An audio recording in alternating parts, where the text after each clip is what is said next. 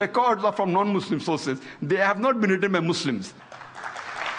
All from non-Muslim sources, from Amnesty report, from BBC. If you go on the internet, you can cross-check. But many a time when the number is big, there may be a difference. Like today, we know how many people killed, 296, one report says 294, one says 293, so I play it safe and say more than 290. The report, if it's a large number, may differ by few here and there. If it's a small number, it's precise. All these by non-Muslim sources. In 2001, the BBC was bought by IRA. But these people, they are not called as Catholic terrorists. Today, the UK government is more afraid of Muslim terrorists. I don't know from the records of the UK government how many confirmed Muslim terrorists have done bomb blast in UK. Even the London bombing of 7th July, there's no confirmed report. They are suspected to be Muslims. It's not confirmed. In which more than 50 people were killed. One report says 52, one report says 56. Therefore, I said more than 50 people were killed. Even if we agree for sake of argument that they were Muslims who did the 7th July bomb blast in the year 2005, yet they come nowhere close to IRA. IRA puts these bomb blasts to shame. They have killed hundreds and thousands of people. Yet today, the UK government is more afraid. IRA is doing since more than 100 years. But because of the advice of George Bush, Tony Blair is more afraid of the Muslim terrorists rather than the problem which is there for more than 100 years. We know from historical records that in Spain and France, the terrorist organization is ETA. They have conducted 36 attacks. And in Africa, there are so many organizations, the list is exhaustive. But the one which is worth noting, and one of the most notorious, is called as the Lord's Salvation Army. It's a Christian terrorist organization. They train young children to commit terrorist attacks. When we come to Sri Lanka, we know of the LTTE, Tamil Tigers. They are supposed to be one of the most notorious, most violent of all the terrorist organizations in the world. They are the people who are experts in suicide bombing.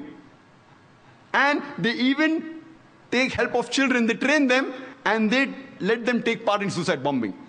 Normally people are known that the Palestinians do suicide bombing, Iraqis do suicide bombing. If you historical record, the people who have popularized suicide bombing are the LTTE, Tamil Tigers. Who are they? They are Hindus. But the Indian report doesn't say Hindu terrorists, they say LTTE. When we come to India, many a times, most of the terrorist attacks that we hear of, majority of them, they talk about Kashmiri militants. Whether the attacks are right or wrong, we can discuss some other time. But how many times do we hear? And what Justice Hosbir Suresh said, he named many of the terrorist attacks taking place in India. I wonder how many of the people in the audience have heard of them in the newspapers. How many? Those people who are involved, like honorable people like Justice Hosbir Suresh, and those in the field are aware of it. But the general masses, we aren't aware of it. Whenever terrorist attacks are talked about, most often they're talked about Muslim terrorists. Why? In India, there are terrorist organizations belonging to almost all different religions. Almost all. We know of the Sikh terrorist organization, Brindanwala Group, in Punjab. We know that the Indian government, on the 5th of June, 1984, they took over the Golden Temple, in which 100 human beings were killed. In retaliation, a few months later, on 31st of October, 1984, the then Prime Minister, Srimati Indira Gandhi, she was assassinated by one of her security guards who was the Sikh. If you go to the South Asian terrorism portal site, not run by Muslims, run by non-Muslims, and you see the list of terrorist attacks done by all the people, the Muslims are in a minority. But that's never highlighted in the media. If you go to northeast of India, if you go to Tripura, the Christian terrorist organization exists, like ATTF, All Tripura, Tiger Force, NLFT, National Liberation Front of Tripura. They're Christians. They have killed several Hindus. Reports, if you go on the site, 4 Hindus killed, 8 Hindus killed. On 2nd October 2004, 44 Hindus were killed and several were injured by this group. They were Christians. In Assam, Ulfa. Ulfa alone, in a span of the past 16 years, from 1990 to 2006, they have conducted successfully 749 terrorist attacks. They will put the Kashmiri militants to shame. 749 confirmed terrorist attacks. But when we read in the newspaper, we only know about the Kashmiri attacks. And I remember a couple of years back, I'm called, alhamdulillah, by God's grace, by several parts of India, from several parts of the world. I had many invitations from Kashmir, but is it the right time to go, yes or no? Finally, in September 2003, I decided to go to Kashmir.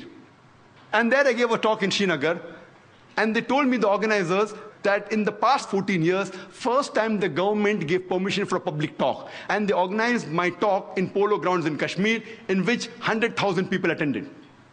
In all this turmoil. And the government gave me security. I was wondering, why are these people with machine guns with me? I went on to the various sites, Gulmarg, Pahalgam, gave talks, etc. Fine. I didn't think it was required. Later on, I happened to go to Assam to give talks. And the moment I land on the airport, I find security guards around me. I said, why? And there I thanked God. Alhamdulillah. If they would not have been there, I wouldn't have come back here. I did not know. I did not know that so many terrorists are there in Assam. The Ulfa are trained only to target the Muslims. They are Hindus. How many times does the press, the media report about them? Because it's not tantalizing. These reports may come in the news brief. It does appear.